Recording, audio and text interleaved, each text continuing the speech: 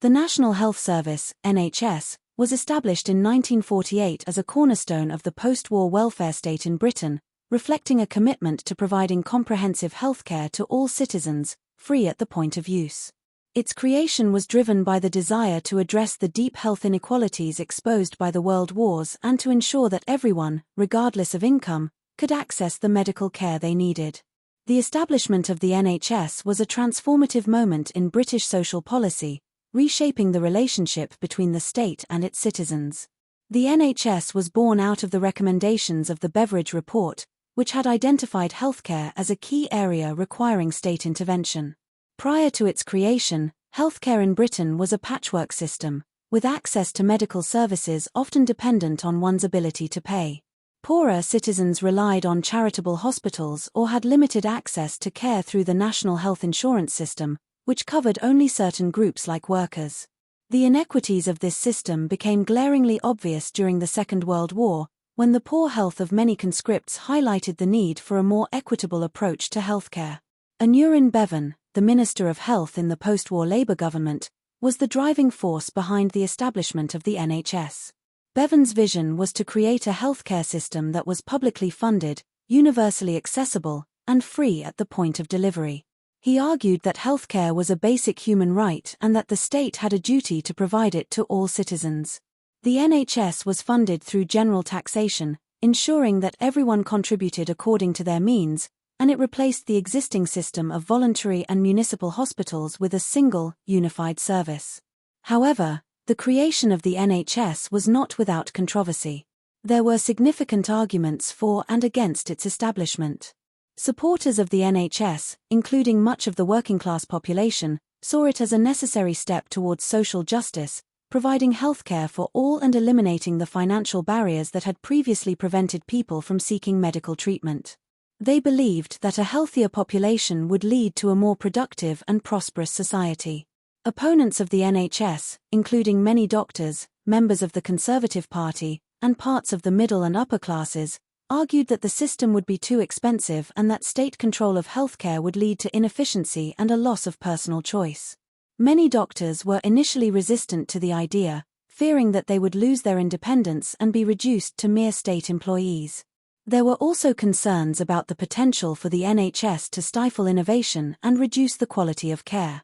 Despite the opposition, the NHS quickly became very popular after its launch in 1948. The public embraced the idea of a healthcare system that provided comprehensive services without direct cost at the point of use. The immediate impact of the NHS was profound. Millions of people who had previously been unable to afford medical care could now access it freely. The availability of free treatment led to a significant improvement in public health, particularly among the poorest sections of society. The NHS provided a wide range of services, from general practitioner care to specialist hospital treatment, maternity services, and mental health care, all under one system. The popularity of the NHS was also bolstered by the fact that it represented a tangible benefit of the post-war social contract, a symbol of the collective effort to rebuild Britain in a way that was fairer and more inclusive. Over the years, the NHS has become a cherished institution in Britain, often regarded as one of the nation's greatest achievements and a key part of its national identity. However, today the NHS faces several significant challenges that threaten its ability to provide the same level of care that made it so popular in its early years. One of the primary challenges is funding. As the population ages and demand for healthcare services increases, the costs of running the NHS have soared. This has led to financial pressures, with many NHS trusts operating with large deficits. The rising cost of medical treatments, new technologies, and pharmaceuticals has further strained the system. Another major challenge is the shortage of staff. The NHS has struggled with recruiting and retaining enough healthcare professionals, including doctors, nurses, and support staff, to meet the growing demands. This shortage has been exacerbated by factors such as the Brexit vote, which reduced the inflow of healthcare workers from the European Union, and the impact of austerity measures that limited pay rises and investment in training. The NHS also faces the challenge of managing the increasing prevalence of chronic conditions, such as diabetes, heart disease, and obesity, which require long-term management and care. The rise of these conditions has put additional strain on NHS resources, as has the need to integrate new medical technologies and treatments into standard care, which often comes with high costs and the need for specialised training. Despite these challenges, the NHS remains a vital part of the UK's healthcare system, continuing to provide care to millions of people each year.